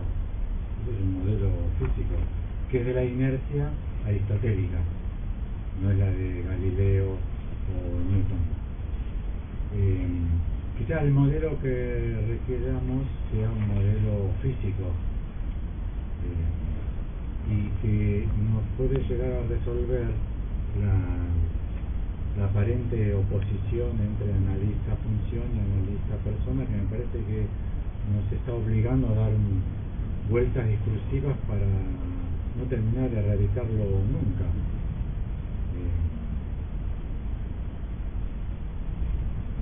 Ese modelo que nos puede servir es el de la dualidad onda-partícula, o para decirlo de una manera más evidente, la dualidad onda-cuerpo, y que se puede expresar así: todo ente físico puede manifestarse como cuerpo o como onda. Depende de las condiciones del experimento, será cuerpo, o de las condiciones de otro experimento será onda. Si son cuerpos, se regirá para ellos el parte-extraparte, esto es que cada uno de ellos ocupa en exclusividad un lugar en un determinado tiempo y otro no lo puede ocupar. Si son ondas, no ocupan ningún lugar preciso en ningún instante preciso y se pueden interpenetrar las ondas. Ahora, el ente físico no es ni era cuerpo ni era onda. Depende del experimento, se comportará como cuerpo, y depende del experimento, se comportará como onda.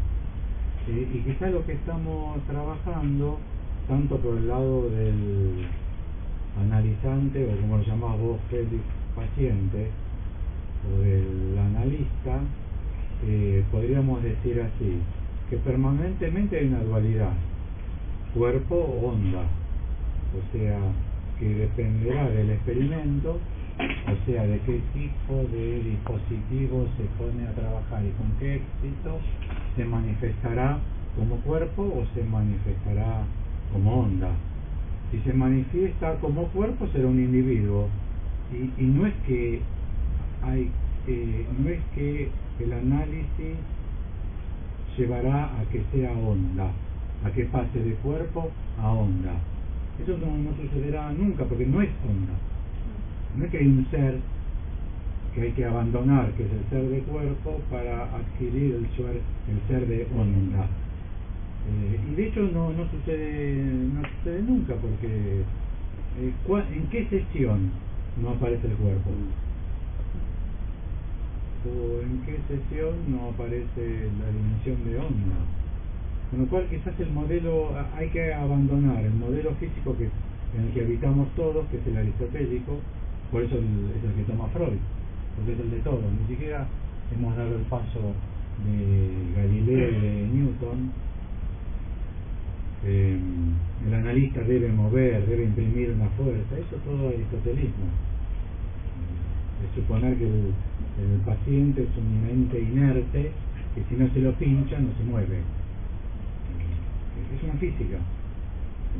Hoy es mítica, acá la propone llamar una física mítica, pero quizá no logremos de ninguna manera establecer lo que sucede en análisis, y me da la impresión que es la única práctica terapéutica, psicoterapéutica en ciencias humanas que operamos estableciendo justamente esa diferencia en la existencia de los entes.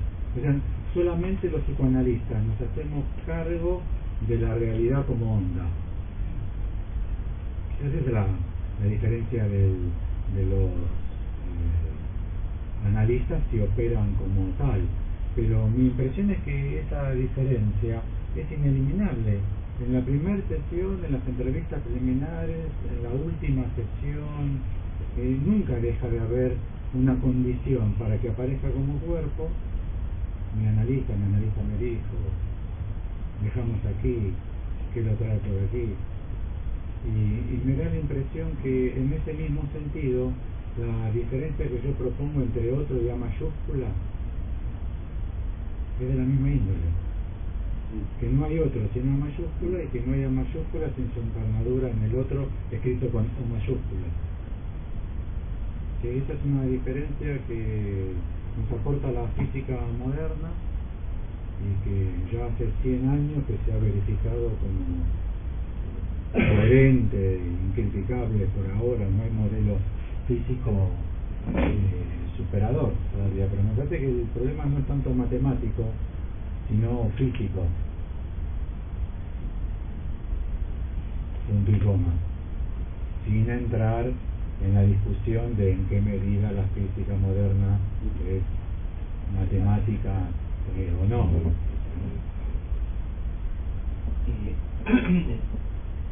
Un breve comentario. También puede pensarse, entiendo yo, una respuesta similar de una perspectiva filosófica. Recordé a Beckett cuando hablaba Félix, me acordé de esto: no importa quién habla, dijo alguien, no importa quién habla. Una otra famosa frase que a Amen dice: lo importante de esa frase, que a menudo se olvida, es el dijo alguien. Es decir, cuando vos, Alfredo, hablas de la dualidad onda-partícula y que eso depende del experimento, o sea, depende del experimentador, ¿no? Es decir, depende de quién organiza el... Eso Lacan lo llama el deseo del físico. Bueno, yo llamo eso, bueno, yo... El Lacan, deseo del analista surge en Lacan en función del deseo del físico. No es un tipo analizado, que no es un tipo que no odie, que no sea nazi, que no sea belicoso, que no sea pacifista, que no sea homosexual, que no sea psicótico, que no sea perverso, que hable o no hable una lengua indoeuropea, tan solo que opere el dispositivo para que se manifieste el ente que todavía no es como cuerpo. Por eso me parece que a lo que les faltaba a vuestros argumentos tan bien desarrollados era el modelo físico, porque el deseo del analista para Lacan surge en función de lo que para Lacan es el deseo del físico, que entre paréntesis les digo, los físicos también lo llaman el deseo del físico, los físicos también lo llaman, no en todos los libros los van a encontrar definido así. Sí, no hay... y esto es lo que yo quise plantear cuando hablaba de la puesta en alto de una hipótesis, ¿no? Claro, pero la deficiencia de esto es que es una realidad, no es una hipótesis, no es una hipótesis sobre la realidad. Y la respuesta no es por una realidad, que esa realidad será corpuscular o será ondulatoria, pero es la realidad, no es una hipótesis. Es la realidad que se manifiesta no así, es y antes que se manifieste así no es nada. Está bien, pero no es una realidad que depende de una hipótesis. Es decir, si es onda, será onda por hipótesis. De hecho, que dependa de Claro, eso pero vos no es lo también una aclaraste. hipótesis. No, no la aclaré. Me lo anoto, lo te cito, Alfredo. No aclaraste. No, porque se utiliza hipótesis como tesis y antítesis para hablar de una realidad. Lo que digo yo es que lo dejaste ambiguo porque estabas diciendo que en Freud es realidad y al proponerlo vos como hipótesis no despejaste el problema. Sí. Entiendo. No lo citaron a mí, de hecho no lo desarrollé yo. Sí, de verdad. El que hable primero, yo no me yo levanta la mano a la vez. Vos no ves, vos tenés que... Vos lo ves, tenés que dar la palabra. No, yo quería decir una cosita sobre la interpretación, que Lacan dice que la interpretación es apofántica. En De Turdis, o la Tolondra ha dicho, y digamos, lo apofántico es una proposición sobre un juicio asertivo, y lo asertivo remite a la categoría de existencia. Entonces, lo he pensado como, digamos, como la existencia del decir adosada al dicho, que Lacan la muestra con la doble, la banda bipartita de Moebius, que sería el recorte que se hace, digamos, no sé si se dice recorte, pero digamos la vuelta que se le da al toro, que Lacan la llama banda bipartita de Moebius en el seminario 24, pero que si a esa la acomodas de tal manera, permite, si la coses, te da una banda de Moebius, y si no la coses, el vacío que se forma, acomodada como un triángulo, también puede ser una banda de Moebius.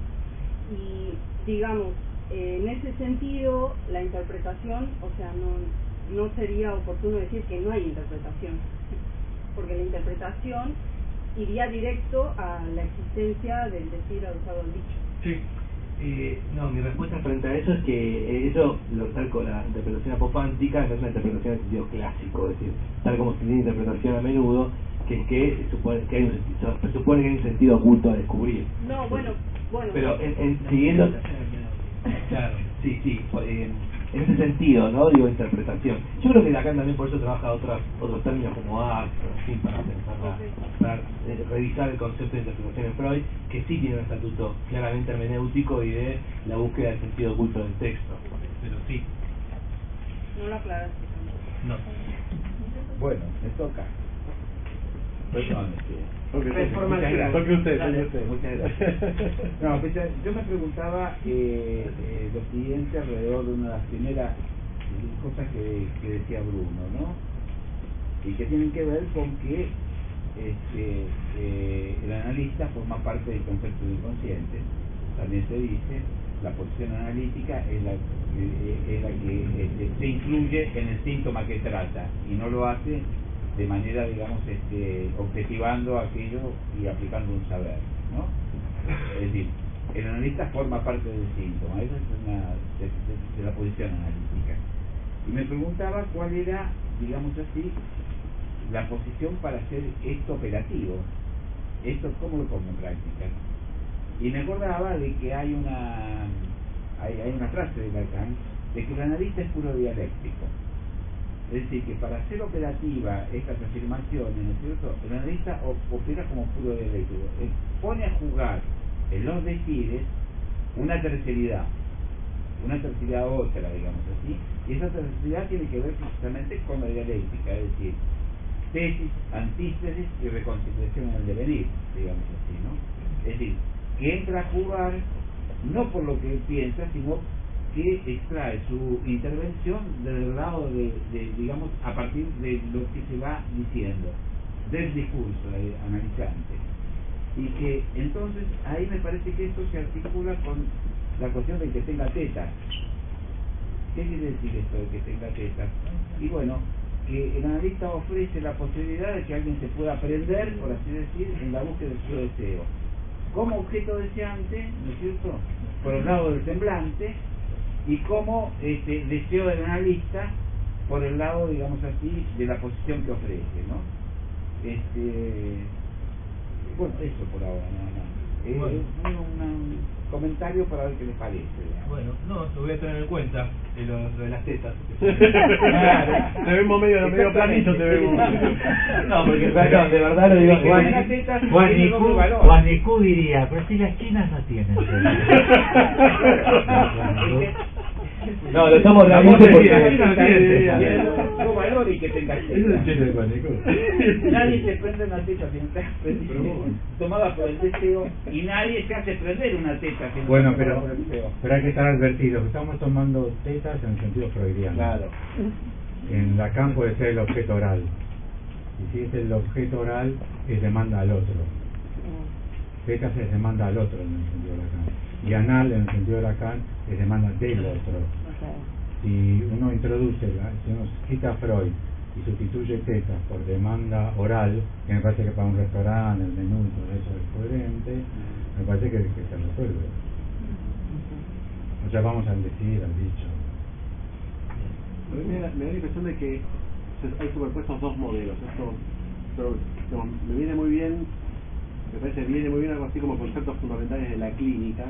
Podrías inaugurar, digamos, esta investigación. Deseo realista sin duda es uno de ellos, y me parece que ahí estamos hablando de las implicancias de este modelo. O sea, ¿qué implica el modelo de deseo realista? Por tomarlo como modelo, si querés, matemático, ¿sí? Y me parece que hay otro modelo que está en juego acá que me parece que superpone y que yo al menos después de esta reunión me voy a quedar como tratando de deslindar, que es el modelo de sujeto inconsciente, que manda el Moebius. O sea, me parece que en la clínica, digamos, al menos hay dos, podría ser el acto 3, al menos dos modelos, pero es el modelo de sujeto y el modelo de deseo analista. Me parece que cumplen funciones distintas, ¿sí? Mi función personal es que esa hipótesis sujeto, la responsabilidad del analista, ¿sí? Eso es una cosa, y otra cosa es el deseo del analista, ¿sí? Entiendo que creo que se superponen acá, y me parece que algunas de las cosas que se dijeron podrían aplicar a lo que implica sostener la hipótesis sujeto, ¿sí? Y en ese punto hay que determinar a qué apunta sujeto, ¿sí? Porque ahí también tenés el modo, o sea, básicamente el hipótesis sujeto es que, digamos, en la dimensión imaginaria del decir está sostenida en otra relación, que es la simbólica, si quieren, ¿sí? Y de alguna manera es que en eso se dice, eso que se dice, hay otra escena, ¿sí? Y me parece que responde específicamente a este problema, y me interesa seguir pensando después de esta reunión qué aporta, digamos, el modelo de deseo analista diferencialmente respecto al modelo sujeto. ¿Qué le falta al modelo sujeto? Y me parece que va sin duda por la vía de la energía, en sentido a la lacaniana, ¿sí? En sentido justamente de inercia, deseo de lo que mueve, etcétera. Pero bueno, lo dejo abierto porque me parece que podríamos ir pensando algo así como conceptos fundamentales de la clínica, las cuales sin duda el deseo analista es uno, sujeto me parece que es otro, y no sé si actos sería el tercero. Introduciendo sujetos que Lacan no disuelve con analista y analizante, podríamos tener como teoría corpuscular analista y analizante, y cuando es ondulatoria es sujeto, y ya no hay sujetos. La relación intersubjetiva que propone Lacan, seminario 1, 2, desaparece rápidamente porque en la experiencia analítica el sujeto es uno, y cuando es uno, ¿quién lo dice? ¿Qué es material del sujeto? O deseo del sujeto. Ahí responde eso, pero la pregunta es, ¿a qué responde el deseo analista? ¿Entiendes? Digo, que estamos de acuerdo ahí, ¿sí? Ahora, ¿qué agrega? ¿Por qué necesita forjar deseo de analista? Para dar cuenta de qué. El primero se queda con sujeto, y el recorrido de la línea media sería dar cuenta, ¿entiendes? ¿Puedes repetir lo que dijiste atrás sobre, o sea, entonces y aceptamos que que puede ser útil un modelo corpuscular de la dualidad corpuscular ondulatoria, analista y analizante, bajo el régimen de cuerpos, y son dos, y es inexorable, pero con sujeto, que no hay sujetos, no se puede enunciar en plural, sujetos de Lacan, no hay sujetos, salvo cuando Lacan habla en términos de la lengua, de personas. Sí, como usó Félix ahí, el sujeto. O temas, asuntos, pero en la experiencia analítica sujeto es uno, y Lacan tiene que desprenderse de la relación intersubjetiva, que explícitamente dice no puede haber relación intersubjetiva. ¿Por qué no? Porque no hay dos sujetos. ¿Por qué no? Porque en la teoría ondulatoria ya hay superposición, y si hay superposición, ¿quién lo dijo? O sea, cuando viene el sujeto y cuando aparece el neutro, se dijo. En el análisis se dijo. ¿Sería neutro o voz media? ¿Cómo? Sí. En francés Lacan dice neutro, el sueve, il plaît. Pero Con respecto al deseo, ¿no se podría hacer esa diferenciación también en relación a las condiciones de posibilidades del deseo y el deseo en relación a objeto de deseo, que puede ser una cosa o la otra? Pues pareciera que se excluye que se podría hacer una lectura de lo que se desea, o imaginario. Pero la carne excluye. ¿Qué? es polémico, es polémico, porque también en su versión del sujeto Lacan propone respecto del objeto del deseo, y es que no es articulable. El deseo es decir, no es articulable, pero está articulado. Es decir, que no es insignificante ni cualquiera. No es cualquiera. No es lo mismo que haga en la ferretería y no haga música, o que da lo mismo, es insignificante. No es lo mismo preguntar al tipo que está en la ferretería. Darín, ¿te acuerdas de Darín en la ferretería? El cuento chino. No es lo mismo. En la vida de las personas no es lo mismo. Tal objeto del deseo o tal otro. Lo que pasa es que en la lógica de Lacan no es articulable, o sea, no se puede decir mi objeto del deseo es tocar el trombón, porque aparte se verifica, o sea que si es así vas a estudiar trombón y aprendes a tocar trombón, y luego es tocar en una banda, pero no es trombón, luego es tocar en una banda, y luego tocas en una banda y dices, yo quiero ganar un peso gratis, yo quiero, y después quiero componer, entonces ¿qué? O sea, cada vez que se enuncia ya se desplaza, y ese vacío lo produce justamente la metonimia. Pero decir que es insignificante puede tener mucho que ver con la salida cínica. Todo es lo mismo, me chupo un huevo, subo un avión, como Pierre Rey, que bueno, sube un avión, mientras que Lacan le había robado todos los dibujos.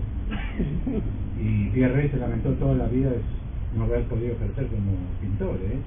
Sí, a mí me parece muy importante esta distinción, porque que el deseo significa que se desea en cuanto a otro, que tenga que ver con de dónde se desea, evidentemente de dónde se desea tiene relación, por supuesto, hacia dónde se va, lógicamente, ¿no? Es decir, si se piensa de dónde se desea, eso implica, por supuesto, una direccionalidad. Me parece que el punto clave para pensar es que la analista no interpreta el estilo freudiano, no, usted desea casarse con el señor K, ¿no? Es decir, no apunta a eso, por supuesto que no es lo mismo de ya, ¿no? No es no da todo lo mismo, no, por supuesto, si no terminamos en una perspectiva cínica. Sí, evidentemente.